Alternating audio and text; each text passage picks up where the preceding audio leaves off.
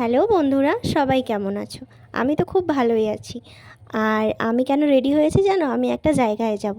তো কোথায় যাব তোমরা ভিডিওটা স্কিপ না করে দেখতে থাকো। এই যে মা আর আমি বেরিয়ে গেছি, মানে এখনো রাস্তায় বেরোইনি, বাড়িতেই আছি। মা গেট লাগাবে আর এই যে হাতে গিফট। গিফট দেখে তোমরা বুঝতেই পারছো নিশ্চয়ই কোনো নেমন্তন্ন বাড়ি যাব।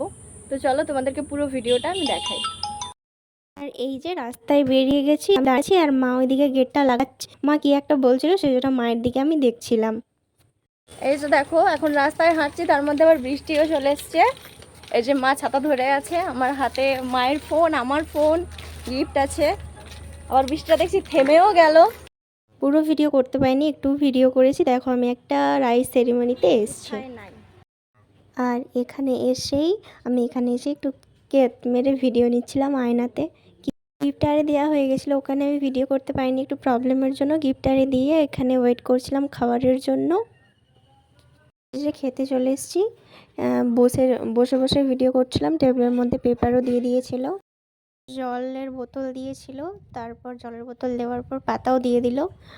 পাতা দেওয়ার পরে এটা হচ্ছে পটাটো ফিঙ্গার দিয়েছিল, যদিও স্যালাড সবাইকে দিয়েছিল, আমাদেরকে দিতে ভুলে গেছিলো।